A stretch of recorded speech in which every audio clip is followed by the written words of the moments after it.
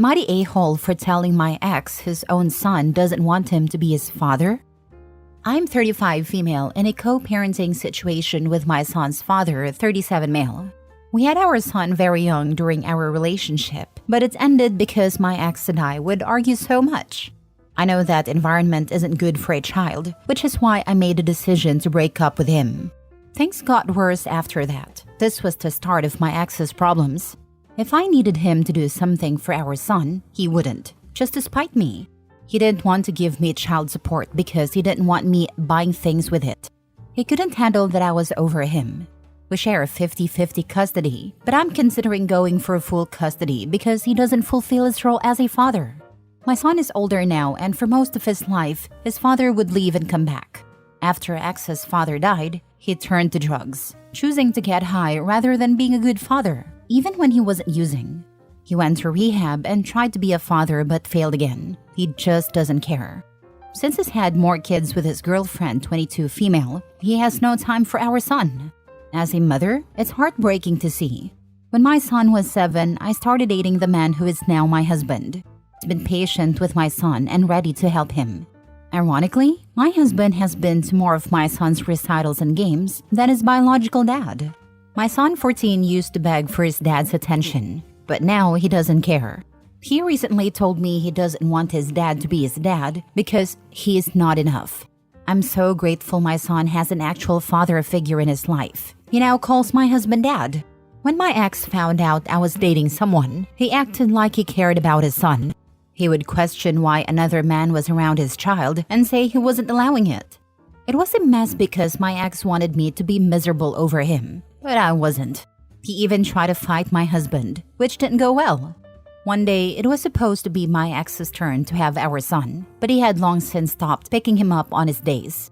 That day, my son and my husband were at the grocery store, and I was home with the baby. My ex showed up unannounced at my house to see if my son was home. He should have notified me through the app we use, but he didn't. I told him my son wasn't here and asked him to leave. He tried to argue, saying that he's the boy's father and has the right to talk to him. He was becoming agitated, and I was about to call my husband or the cops. I wanted him gone, so I told him, "Your own son doesn't want you to be his father." Am I the a-hole? Now for the top comments. Lawyer up and request a new custody hearing. Document everything. You didn't say how old your child is, but I think you can have input too. Don't put your child through this. He's 14. He is old enough to make his own choices. Go back to court and go for full custody. The court will lean towards what the child wants. My son wanted to change his last name during high school to my husband's last name. We didn't, but I really wish we had. At any rate, my son saw a letter from my ex saying that if I waived child support, he'd waive parental rights. I find that so incredibly sad. My son is now almost 30 with 3 kids and 1 on the way. I'm incredibly proud of him as a father and husband. Call the cops anyway and file a report. Write down all the missed visits, include a statement from your son, and petition the courts for custody. Add all the times your son was left alone or witnessed his dad under the influence. Not the a-hole. Oh, thank you. I definitely will. And just to clarify, my son has never seen his father with drugs because I don't play that. Next story. Am I the a-hole for reminding my stepsister that she is not my father's daughter? I am a 28-year-old woman who left my parents' house a long time ago. I have my own house, a job, and a fiancé to whom I officially got engaged 3 months ago. My parents divorced when I was 16, but they have maintained civil contact, and I have good relationships with both of them. My father has been with a woman for 5 years who already had a daughter, now 22. My mother has been with a man for 7 years, and he has 2 sons, 16 and 19 now. I get along well with my stepbrothers and I've always tried to involve them in activities with me, shopping, playing video or board games, or even going out for a meal. They're good kids, and I enjoy their company, so bonding with them has been natural and rewarding. I tried to do the same with my stepsister, but things never went well. From what I know, she has had several issues since her father abandoned her, and she still goes to therapy for it, so she is not the friendliest person. I tried for a while to understand her and build at least a civil relationship, but it didn't work. So I give up after the first year. Her mother is a good person who has apologized several times for her daughter's behavior, begging me to not hold a grudge. I've tried to do that despite everything. To give you some context, my stepsister has abandonment syndrome, diagnosed by her therapist, and is very clingy with her mother, my father, and her boyfriend. My father believes her hostility towards me stems from seeing me as an obstacle to his attention. He has tried to mediate, talk to her, and even consult her therapist. We've made some progress. She's no longer openly hostile, and we can have casual conversations without her being aggressive. However, she still acts spiteful in subtle ways to keep my father's focus on her. I have a busy job, so I can't spend much time with my dad. We mostly communicate via calls and texts. Apparently, she once had a meltdown because he replied to one of my texts while with her. It bothers me, but my dad manages the situation by giving her reassurance without reducing his time for me. The problem arose recently when my fiancé and I set our wedding date for the end of May. We told our close relatives 2 weeks ago and are preparing to send out official invitations. 2 days ago, while at my dad's house discussing plans to go wedding dress shopping, my stepsister interrupted, telling my dad she was planning a family trip with him and her mom. My dad, a little taken aback, said they could organize it later. She then said she had already planned it for the end of May, the very week of my wedding. I got annoyed but stayed quiet as my father told her she needed to pick another date because he had to attend my wedding. She had an emotional breakdown, accusing him of playing favorites, not loving her, and leaving her behind. She then lashed out at me, yelling, "Why does he always have to choose you?" That's when I lost my temper and replied, "Of course he chooses me. I'm his daughter. Who the heck are you?" She froze, shocked, and ran to her room crying. I felt bad immediately because I know what her issues, but her behavior had pushed me too far. Did she really expect my dad to skip his daughter's wedding for a vacation she planned intentionally for that week? My father seemed upset by my words. I apologized to him, explaining that I've felt sorry for her, but had tolerated her behavior for so long that I reached my limit. He said he understood, but was clearly hurt. I admit I was harsh, but I don't feel guilty for saying the truth. Should I have been more considerate and let my dad handle it? Seeing the pain in his eyes makes me feel like a jerk. Not a-hole. One question though, why are you and your father okay with her hurting you? I think what you said was you letting out your pain after years of hurt by her, and frankly, maybe even hurt by your father's attitude a bit. From my perspective, I think your father and her mother are babying and favoring her and allowing this behavior to continue. If my stepkids treated my own kids this way, I don't know what I would do since I have no kids, but certainly more than what your father is doing for you. I wouldn't be enabling her for sure. She's not a child anymore. She's an adult. She needs to work on her issues and not take it out on people around her or be a burden to everyone who loves her. If I'm being completely honest, her mental condition has always been a sore point. I would get angry and resentful when she would get between me and my father, but I didn't say anything because I would have felt bad attacking her on her behavior given her condition, and I've always tried to be understanding. And I think it's a sore point for my father too. It's not easy because it always seems like you are the bad villain who takes it out on the person who already has problems to deal with. This girl didn't even become part of your dad's life until she was 17. It's insane that she's this possessive of him and would try to stop him from attending your wedding.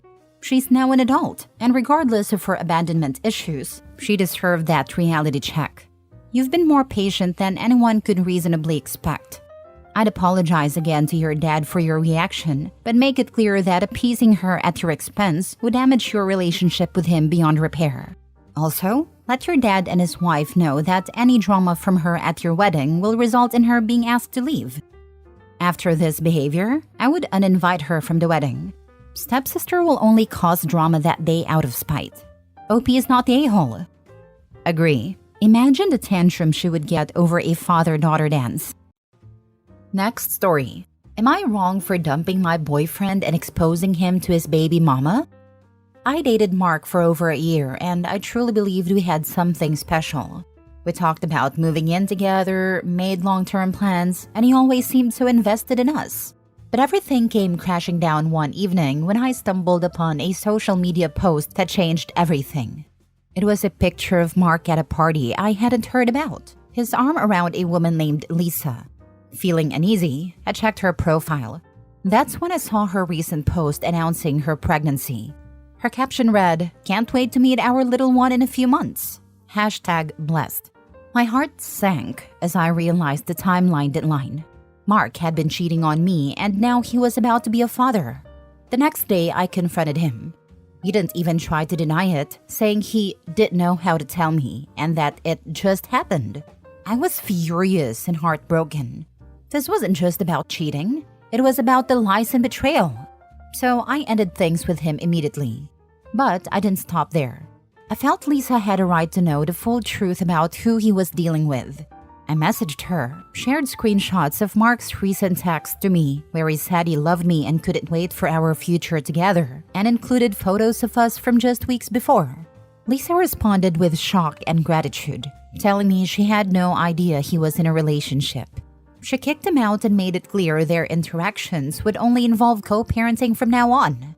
Now, Mark is scrambling to figure out how to handle his situation with Lisa while I've cut him off completely. Part of me feels like I did the right thing by exposing him, but another part wonders if I went too far. Should I have just left quietly and let Lisa figure it out on her own? Or was I justified in ensuring she knew the truth? So Reddit, am I wrong for not only dumping Mark but also revealing his lies to Lisa? Now for the comments. Lisa had a right to know. If he's sleeping around, he's putting her health and their baby at risk. You're not wrong. Yeah, I was wondering if it was the right thing for her to know. Thank you for clearing that out. You're not wrong. He was cheating on you, and he was also lying to Lisa. She had a right to know the truth. You did the right thing by exposing him. It's not your responsibility to protect him from the consequences of his actions. You're not the a-hole for standing up for yourself and for Lisa. You're doing the right thing by moving on and cutting him off completely. You deserve better than that. Not wrong. Actions have consequences, as he just found out. It's a good lesson for him on how not to be a total scumbag moving forward. Yeah, that will teach him not to cheat anyone again. If she's posting about her pregnancy, it hadn't just happened. It happened months ago. If he has his arm around this woman in a more recent social media post, he has continued a relationship with her. He didn't just sleep with her, he formed a relationship outside of the relationship he shared with you with another woman, who he then got pregnant and he still didn't come clean. Yeah, anything this guy has come to him is a consequence of his own actions. You didn't lie or look to sabotage him. You just exposed the truth to the other adult in a relationship with him so she could make an informed decision regarding her future and that of her child. Not the a-hole. Last story. Am I the a-hole for making my cousin's pregnant girlfriend sleep on a couch over Thanksgiving? My 38 female and 60-ish female hosted Thanksgiving this year at her fairly large house. She was really eager to have my mother's family join this year, including me, my sister, my husband, and her kids, because we hadn't seen each other in a while. She was insistent that we all stay at her house so we could spend more time together. Before I agreed to go, I confirmed with her that I would be able to sleep in a bed, in a room with a door that closes. I'm okay with sharing a bed or a room, but I need an actual bed in a room. I'm the only one of my siblings or cousins who is single or childless/child-free. Historically, I've always been relegated to the living room couch or floor during holidays. It has always sucked. I'm overweight, so I wake up with back pain. I've had air mattresses deflate on me overnight due to a hole. I can't fall asleep until the younger adult family members finish hanging out at 1 a.m. and then I get woken up at 6 a.m. by someone making coffee. People keep moving my luggage. I end up with only a couple of hours of bad sleep and wake up in pain. I pledged to myself that if I wasn't able to get a real bed in a room, I would get a hotel room. Thanksgiving week arrived and I was pleasantly surprised to be assigned a room with a queen bed to myself. All the adults had beds they shared with their significant others. It was great for the first night. But the day before Thanksgiving, my cousin 35 male arrived with his girlfriend 28 female, who is 6 months pregnant, as a surprise. He had originally told my aunt he wouldn't be able to make it because of work, but wanted to surprise her. However, there weren't enough beds for everyone now. My mother said I could give up my bed to the couple and sleep on the air mattress in the den, but my aunt insisted I stay in my room. My cousin ended up on the couch and his girlfriend slept on the air mattress. Now my mother is lecturing me about being a bad guest. She thinks I should have insisted that my cousin and his girlfriend take the bed, especially because she's pregnant. Am I the a-hole? Edit. To answer the question of why my mother couldn't give up her bed and sleep on a couch, she was sharing her bed with my father and they are both in their late 60s. Not the a-hole. You weren't a bad guest. You've been given the short stick many times and had needs you helpfully communicated in advance. You couldn't have anticipated additional guests. The only possible a-holes here are your cousin and his pregnant girlfriend. It's a nice gesture to surprise your aunt, but if he wasn't sure there would be a room for them to stay, it was inconsiderate not to make hotel reservations nearby and graciously decline any offers for your aunt to make room for the unexpected additions. I originally thought there were no a-holes, but your mom volunteering her space and then giving you a hard time is a-hole-ish. Secondly, to surprise guests expecting accommodation without arranging it in advance are also at fault. Mom's the a-hole for trying to give away someone else's bed instead of offering her own. Makes sense for her, considering the expectations though. OP has always been the one to bite the bullet for everyone else's comfort, so of course she should have to do the same now. This is, of course, crappy and unfair to OP. Not the a-hole, but you might have a mom problem.